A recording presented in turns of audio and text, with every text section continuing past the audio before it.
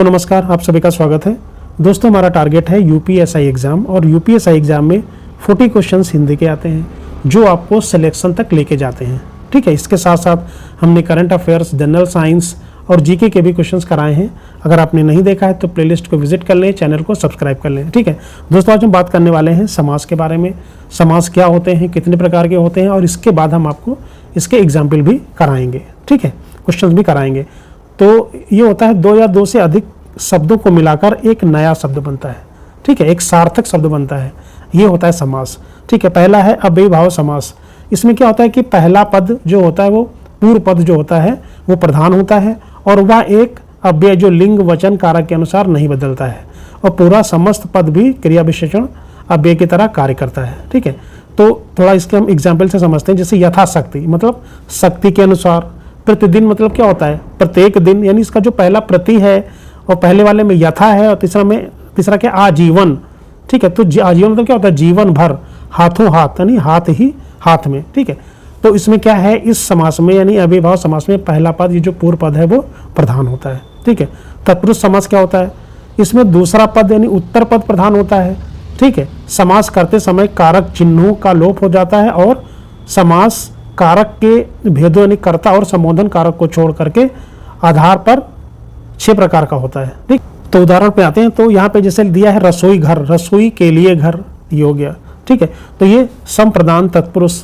Generally जो exam में आएगा वो आपको तत्पुरुष ही बताना है। ठीक है, ऐसे इतना कठिन नहीं पूछेगा। राजपुत्र मतलब राजा का पुत्र, यानी का जहाँ पे भी लोप हो जाए तो वहाँ पे तत्पुरुष समास होता है, तो ये हो जाएगा संबंध तत्पुरुष, क्योंकि यहाँ पे राजा और पुत्र का संबंध है। फिर आ गया धर्म ग्रंथ, धर्म का ग्रंथ। ठीक है, तो यहाँ पे संबंध भी तत्पुरुष है। और जेब कतरा, जेब को कतरने वाला, यानी कर्म तत्पुरुष। ठीक है, समास तत्पुरुष है लेकिन जैसे क्या है, ये इसका कर्म है, ये जो ये काम करता है। रसोई घर मतलब रसोई के लिए घर, राजा पुत्र, राजपुत्र यानी राजा का पुत्र। ठीक है, फिर आप बीती यानी आप ऊपर बीती यानी अधिकरण तत्पुरुष। ठीक है, तो इसको आप ऐसे समझेंगे, फिर आगे एग्जाम्पल से हम आपको समझा देंगे। कर्मधारय समास, इसमें भी दूसरा पद यानी उत्तर पद प्रधान होता है। इस समास में विशेषण, विशेष या उपमान और उपमेय का संबंध होता है। ठीक है, तो इसमें क्या हम करते हैं कि जो विश्लेषण विशेष है उसमें पहला पद विशेषता बताता है और उपमान उपमेय की इसमें क्या तुलना की जाती है। जैसे नील कमल, अगर नील कमल शब्द आया तो नील कमल से क्या समझेंगे, नीला है जो कमल। ठीक है, महात्मा महान है जो आत्मा। चरण कमल, कमल के समान चरण। सज्जन, सत है जो जन। ठीक है, तो यहाँ पे होगा आपका कर्मधारय समास, यानी इसमें भी दूसरा जो पद है वो प्रधान होता है। ठीक है, द्विगु समास में क्या है, द्विगु समास में होता है कि इसका पहला पद पूर्व एक संख्यावाचक विशेषण होता है। ठीक है, जहाँ पे संख्या आ जाए। ठीक है, जैसे चौराहा, तो चौराहा में क्या आ गया, पहले आपका 4 आ गया, 4 राहों का समूह। त्रिलोक, 3 लोकों का समूह। 9 रत्न, 9 रत्नों का समूह। और सप्ताह मतलब 7 दिनों का समूह। तो कहीं ना कहीं नंबर आ रहा है, तो जहाँ पे ऐसा आपको मिलेगा तो वहाँ पे क्या होगा, आपका द्विगु समास होता है। ठीक है, आगे बढ़ते हैं। फिर लिखा है द्वंद्व समास। इसमें क्या होता है कि इसमें दोनों पद प्रधान होते हैं। समास विग्रह करने पर उनके बीच और या अथवा जैसे शब्द आते हैं। ठीक, जैसे माता पिता, माता और पिता। ठीक है, तो यहाँ पे माता और पिता, यहाँ पे क्या है, दोनों पद प्रधान हुए। ठीक है, माता और पिता दोनों पद प्रधान है। पाप पुण्य तो पाप और पुण्य। सुख और दुख, ठीक है, सुख या दुख।